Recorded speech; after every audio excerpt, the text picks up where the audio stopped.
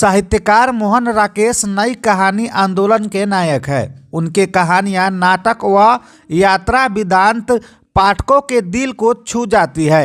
साहित्यकार भवन कांटी में बुधवार को आयोजित साहित्यकार मोहन राकेश की जयंती समारोह में चंद्रभूषण सिंह चंद्र ने यह बात कही। नूतन साहित्यकार परिषद के ओर से आयोजित कार्यक्रम में उन्होंने कहा कि मोहन राकेश की डायरी हिंदी में इस विधा की सबसे सुंदर कृतियों में से एक मानी जाती है। उनके यात्रा वेदांत में नवीनता व मौलिकता दिखती है। स्वराजलाल ठाकुर ने कहा कि मोहन राकेश की रचनाओं में मानवीय भावनाओं व समाज की जटिलताओं का संजीव चित्रण है। मौके पर परशुराम सिंह, नंदकिशोर ठाकुर, रामेश्वर महतो, नीरज कुमार, चंद्रकिशोर चौबे, विक्रम कुमार आदि लोग उपस्थित थे। और आज हम लोग मोहन राकेश के बारे में जो चर्चा करने जा रहे हैं, आज मोहन राकेश की जयंती है और इस अद्भुत व्यक्तित्व को, जिनने नई कहानी के आंदोलन के प्रणेता के रूप में, नायक के रूप में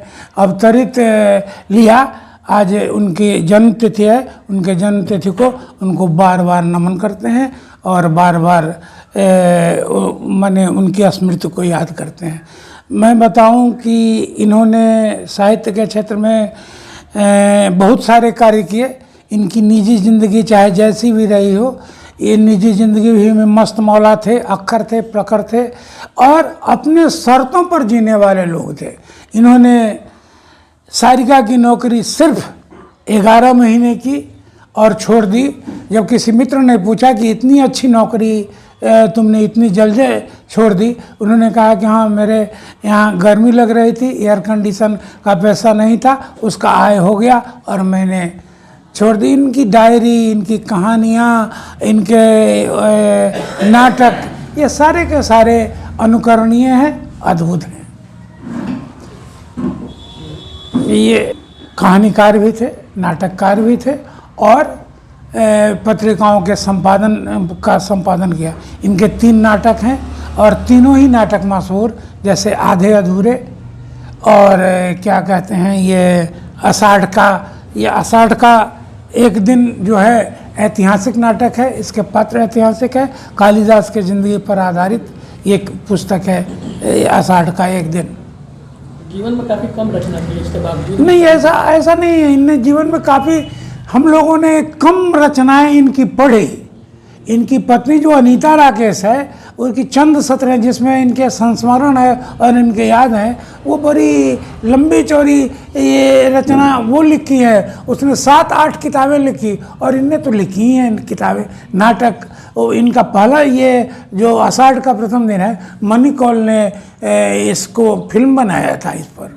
मोहन राकेश जी 3 शादी किए थे सर, उसको कैसे देखते हैं इसको? उनने तीनों शादी की, उस पर बहुत सारी बातें आई। लोगों ने उनको उनके चरित्र पर भी उंगली उठाई, लेकिन 2 पत्नियों से उनका पटा नहीं। तीसरी शादी उनने अनीता राकेश से की। अनीता राकेश से जो शादी की, और तीनों शादी में ना तो बारात नहीं बैंड बाजा, वो सिर्फ मिले, एक दूसरे से मिले और एक ने दूसरे को माला पहनाया। अनीता राकेश कहती है कि एक दिन हमको बुलाए और बुलाने के बाद रूम को बंद कर लिया। तो मैं अकचकाई कि अब मेरे साथ क्या होने वाला है। तो मैंने देखा कि टेबल पर तो माला रखा हुआ है और टेबल पर से माला उठाए और माला उठा के एक मेरे गले में डाल दिया, मैंने भी उनके गले में। अभी की युवा पीढ़ी को क्या इनसे सीख लेनी चाहिए? मोहन राकेश एक अच्छे रचनाकार थे। उनने वो इस्तीफा और नियुक्ति तो चाहे जैसे भी हो, इस्तीफा वो हमेशा अपने जेब में रखते थे। जब कभी भी कोई ऐसी वो अपने शर्त पर जीने वाला आदमी था, जब वो मन उब जाता, वहीं से वो उससे वैराग्य धारण कर लेते थे। सब्सक्राइब करें हमारा चैनल प्रकाश न्यूज़ लाइव और दबाएं बेल आइकन हमारे खबर सबसे पहले देखने के लिए।